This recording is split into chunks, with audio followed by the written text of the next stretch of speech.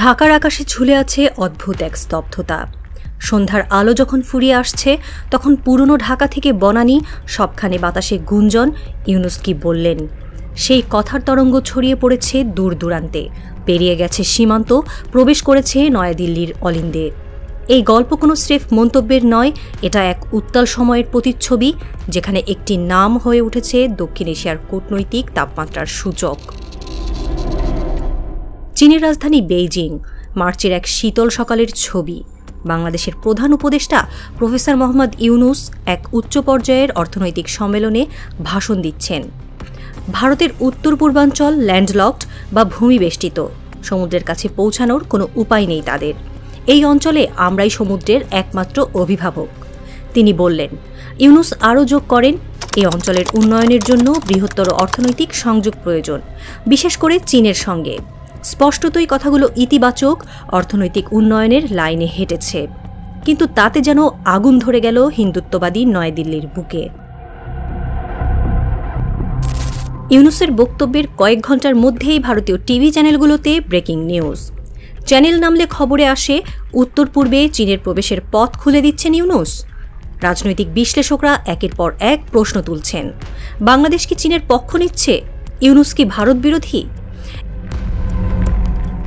একটি শব্দ ল্যান্ডলকড এতটা শোরগোল তুলবে কেউ ভাবেনি, অথচ এই শব্দটি ভারতীয় গণমাধ্যম নিজেরাই বারবার ব্যবহার করেছে তাদের উত্তর পূর্বাঞ্চলের ভৌগোলিক বাস্তবতা বোঝাতে।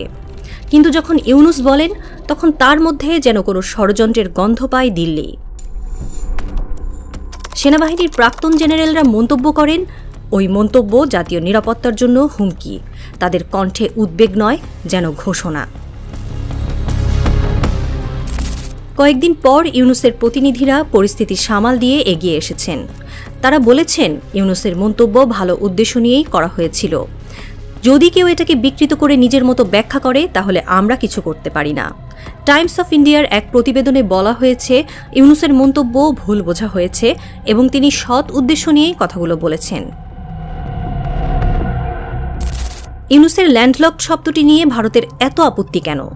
এই শব্দটি তো ভারতীয় মিডিয়া নিজেই বারবার ব্যবহার করেছে।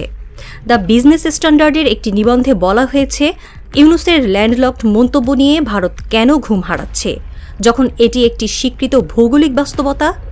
প্রতিবেদক উল্লেখ করেছেন, 2020 সালের 3 সেপ্টেম্বরে ভারতের দ্য ইকোনমিক টাইমসের এক রিপোর্টে লেখা হয়েছিল, ভারত ও বাংলাদেশ নতুন উদ্যোগ শুরু করেছে ভূমিবেষ্টিত উত্তর পূর্বাঞ্চলকে সংযুক্ত করতে। ত্রিপুরায় সিমেন্ট পরিবহনের জন্য বাংলাদেশের গোমতী নদী ব্যবহার করা হয়েছিল, যাকে দুই দেশের সহযোগিতার একটি মাইল ফলক বলা হয়। তাহলে এখন ইউনুসের একই শব্দে ভারতের এত আপত্তি কেন? এর পেছনে কি ভয় লুকিয়ে আছে? ইউনুসের মন্তব্যের পেছনে ভারতের প্রতিক্রিয়া শুধু কথার খেলা নয়, এটি একটি গভীর ভয়ের প্রতিফলন। ভারত জানে উত্তর পূর্বাঞ্চলের ভাগ্য অনেকটাই বাংলাদেশের হাতে। বাংলাদেশের ভূমি ছাড়া এই অঞ্চলের সমুদ্রে প্রবেশের পথ নেই। বাংলাদেশের জলপথ, স্থলপথ, রেলপথ ব্যবহার করেই ত্রিপুরা, মিজোরাম, নাগাল্যান্ডের সঙ্গে মূল ভারতের যোগাযোগ গড়ে ওঠে। আর এই পথ যদি একদিন চীনের সহায়তায় বিকাশ লাভ করে, তাহলে ভারতের একচেটিয়া নিয়ন্ত্রণ ভেঙে যাবে। এই ভয় থেকেই যেন একটি ছোট মন্তব্য ভারতকে আতঙ্কিত করে তুলেছে। শেখ হাসিনার সরকার পড়ে যাওয়ার পর থেকে ভারতের দক্ষিণ ব্লক বিভ্রান্ত। হাসিনা ছিলেন নয়াদিল্লির নির্ভরযোগ্য মিত্র, যিনি ভারতের নির্দেশ মেনে চলতেন। কিন্তু ইউনুস, তিনি নিরপেক্ষ স্বাধীনচেতা। তাকে দিয়ে চাপে রাখা যায় না, আবার শত্রুতাও করা যায় না। এই বিভ্রান্তির মধ্যেই ভারতের নীতি দুলছে। ইউনুসের চীন সফর ভারতের জন্য আরেকটি আঘাত।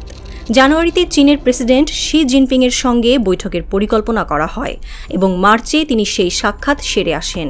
অন্যদিকে নরেন্দ্র মোদীর সঙ্গে বৈঠকের জন্য ঢাকা গত বছর থেকে চেষ্টা করে আসছে, কিন্তু মোদী গত বছর না বলেছেন। এবছরও বিমস্টেক সম্মেলনে সাক্ষাতের প্রস্তাবে সাড়া দেননি।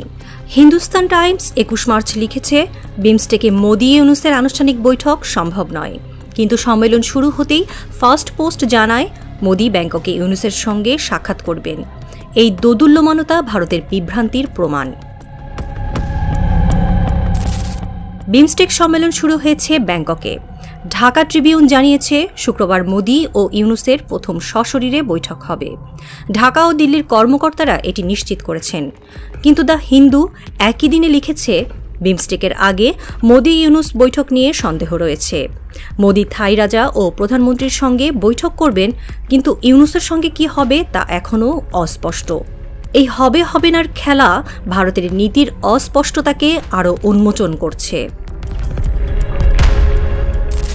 রাত গভীর হচ্ছে। বঙ্গোপসাগরের তীরে বাংলাদেশ আর হিমালয়ের পাদদেশে ভারত। দুই দেশই যেন এক অদৃশ্য ঝড়ের জন্য প্রস্তুতি নিচ্ছে। ইউনূসের একটি মন্তব্য যে এত বড় তরঙ্গ তুলবে তা কে ভেবেছিল?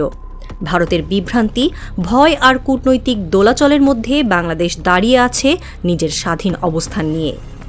এই গল্পের শেষ কোথায় গিয়ে ঠেকবে?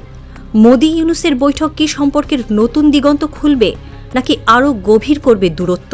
সময়ের কাছে উত্তর লুকিয়ে আছে, আর আকাশে ঝড়ের ছায়া ক্রমশ ঘনীভূত হচ্ছে।